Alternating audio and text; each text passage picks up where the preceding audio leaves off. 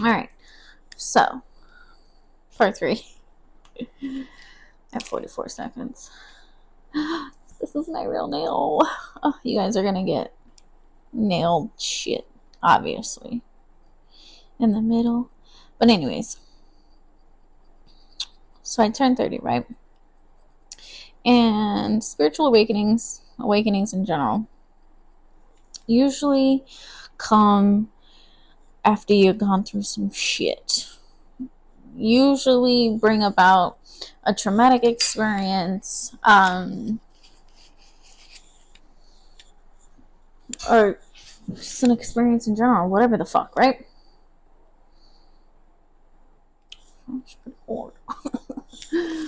Anywho, so mine was like, I had turned 30, right? Now, mind you, I've always had friends. I've always felt like I couldn't do anything without friends. You know what I'm saying? Like, there was concerts I missed out on because of the friends I was with at the time didn't want to go. There was events I missed out on because they didn't want to go, and I just was scared to go by myself.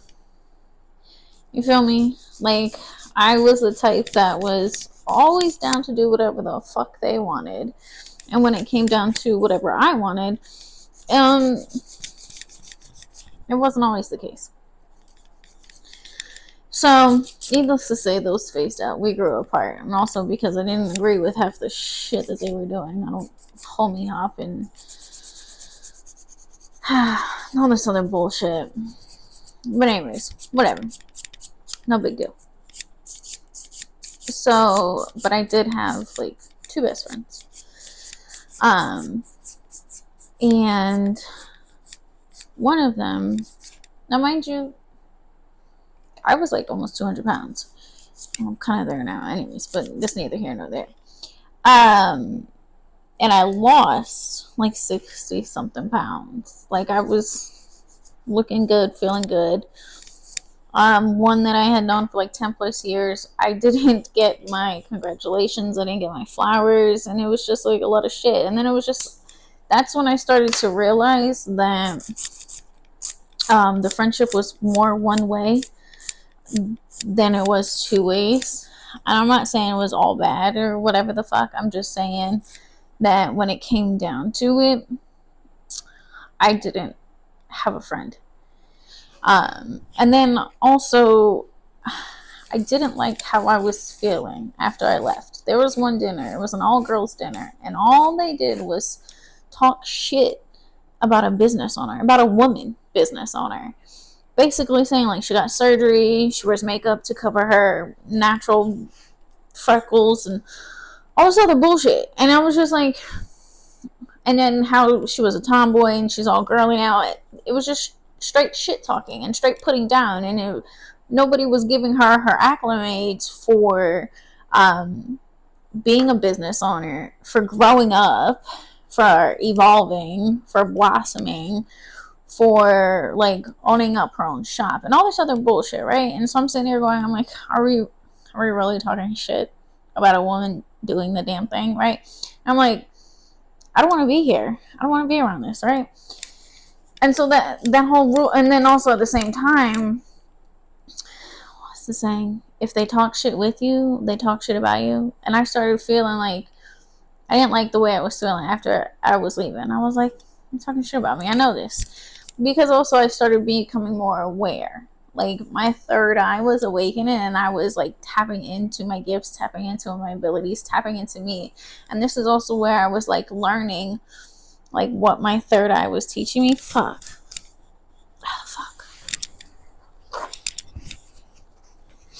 It came through like trial and error of how like me and my abilities and my empathic abilities. You feel me? I always paid attention. I paid attention to how I felt. I paid attention to what was going around, and then I was starting like to put 2 and 2 together. So I told the one, I was like, I expressed how I felt. About how I didn't feel like there was a friendship, about how I felt like it was a competition, and a whole like a bunch of other shit. And then I got back. I didn't get acknowledgement for how I felt. I got like tit for tat. I now know it was narcissism is what I got. But it turned around to what I didn't do for them. It turned around into like I wasn't there for them, which triggered and set me off because I was always fucking there. And I was the cheerleader because that's just how I am. I'm going to support the fuck out of you and, you know, help you succeed and do whatever I can, you know, like support you. You feel me? But when I was expressing how I didn't get that, it just turned into a tit for tat. So it went a couple of months where I wouldn't talk to them. And let's see how this works. And then, but because it had been so long and I felt bad because of, like, I kind of knew everything. Childhood, been around the competition of the family and all this other shit. So it's like, fuck, I know it's because of, I'm just like, oh, I can help, right, type shit. So I would always go back. But every time, it was just the same old shit. So I'm just like, I can't do this no more. I'm not doing this no more. And it was a couple of times. Every time I would leave, I would always, you know, express how I felt. Because as I got older, I got more vocal. And more honest with my feelings. And with the friendships I had. And, so I was just after, like, I don't know, the third or fourth time, I don't know how many times, I was just like, I'm done. I'm not doing this no more. And I kind of exited gracefully. And then that was that friendship. And, like, I would say their life got better because I looked at it as I was their crutch. Because I was always down for the shits. I was always there. Not saying that they didn't live their life, but they had me to fall back on. You feel me? But now, since I took myself out there, the equation, like, life flourished. They stood on their own, and they didn't have that crutch to back on. And as far as I'm aware of, like, they're happy living their lives, and, like, I'm good. I'm glad. But I don't want that back in my life because why? I'm glad you're doing good, but it doesn't mean we have to be friends. You feel me? It's just, it happens when you grow up, you grow apart, different levels, different pages, and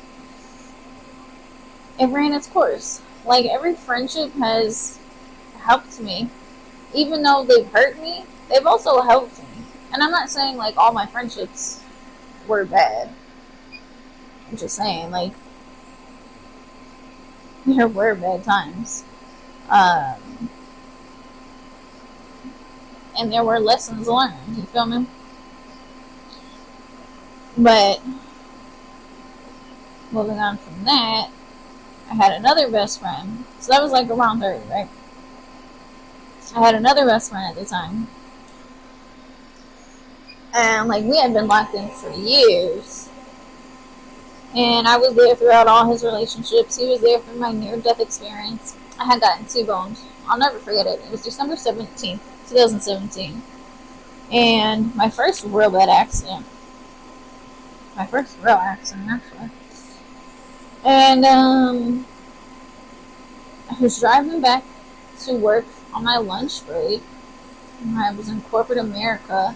And this bitch, she was 20-something years old. She was pregnant. She was smoking. I'll never forget that either. But all I remember is going through the intersection. And the next thing you know, I blacked out. And I was facing the other way on the road. She hit me at such a high speed that my car turned. And that I blacked out. And the damage was on the driver's side. My car got totaled. And the damage was on the passenger side.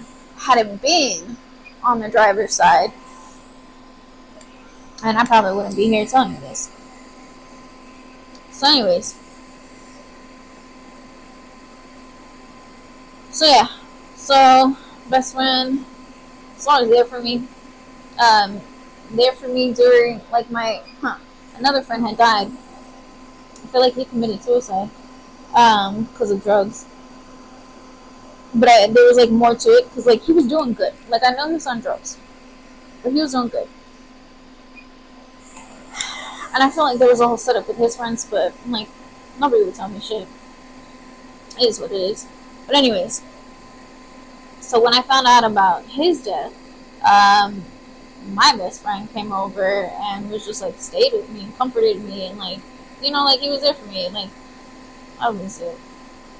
We were friends going on 7-8 years at the time. So and inside jokes, talk shit about people. Like our group chats had all the tea. You feel me? And he would also tell me how it is, and he would also tell me how these other friends that I have weren't friends because of how they treated me. And I would just always give people benefit of the doubt because I can look in their shoes and I understand why they act the way they act, but also at the same time, you kind of deserve friends that are there for you just as much as you're there for them. And just because you understand where they're coming from doesn't mean you have to put up with their bullshit. You feel me? So anyways, he had a girlfriend at the time who knew us. We all went to high school together. She knew we were best friends before they were dating. And then she didn't want to come on a cruise, on my 30th birthday cruise, because she thought it would be awkward.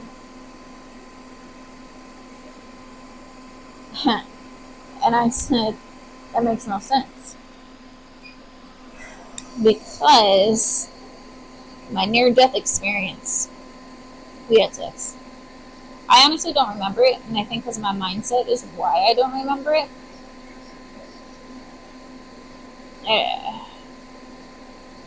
People are saying it was because it was bad. I don't. People are saying, like, it's not people, but that's usually the consensus, right? Anyways, I would just say it was because of the mindset that I was in. Well, I didn't know he had told her. So I said, why would it be awkward? And then he tells me that he told her. And I was like, okay. Mind you, it was like 2 years before they got together. So her reasoning for not wanting to go was and I supported their relationship throughout the whole fucking thing, right? So her reasoning for not going was it would be awkward going with the girl her man had sex with. First of all, I'm not just some random girl. You've known me for years. I've been supporting your relationship this entire time that y'all have been together. It happened before you guys got together. Like, it's irrelevant, right? And so I told him, at the time, I didn't know that he had told her. All I got was she wouldn't be comfortable if we went. So I was like, let me take my invitation back. I said, because it'll be awkward as fuck if she changes her mind and come. I don't want to be around that. So, and that kind of like ended our friendship right then and there, because it was like, my best friend can't come to my 30th because his girlfriend would feel awkward. That's all I knew. I didn't know the backstory until a year later. And I was missing my best friend, and we didn't talk as much. We kind of like drifted apart. And we reconnected. And we caught up. And that's when I had found out, because he told her. And I was like, that's why she felt awkward. I was like, that makes no sense because it happened beforehand, blah, blah, blah. Whatever, they had broken up for other reasons. But anyways, so like we reconnected, and like it's so cool. We don't talk every day. I mean, we live our own lives and we're adults. But in that year time frame, that I kind of like lost two of my best friends, two of the people that I talk to on a daily. I kind of learned to stand on my own 2 feet. I started going places solo. I got into tarot reading because of somebody I follow. He started doing tarot readings, and he led me on to another tarot reader. So I kind of like, it was drawing me in, is why I went into it. And the more I started learning, the more like everything started clicking, everything started making sense. And I started doing self readings, and it was just fucking on point and spot on, and just like awakening. And I also dealt with like, I would say, my abandonment issues. I dealt with like being me, being by myself. I dealt with um,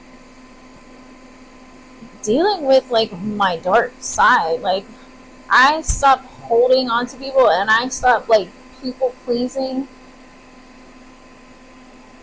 to keep them in my life. I stopped people pleasing to like avoid losing them, which stems from abandonment issues, because like my dad left. Well, that's a whole nother fucking story in itself. Come to find out, like, he wasn't, my biological father wasn't part of my life, and found out he cheated on my mom. She kicked him out. That is what it is. And then we tried to have a relationship, but he was stuck in the past. He was stuck on money. Like, he didn't want to have a relationship. Um, and then he started talking shit about my mom. So, like, that's a fucking no-no. So, nonetheless, we don't have a relationship. And I've come to the realization that he wasn't meant to be in my life, but he was meant to help create me. Because my stepdad has been more of a dad than he has. Like, he's my biggest supporter, like when he was living, and even on the other side. Like, he fucking guides a lot of my decisions, and helps me in which way to go, and like in who to trust and who not to trust. Family and friends. Because, and it's so funny because people hold on to like what he was when he was alive, and then they don't even realize he is so not that man anymore.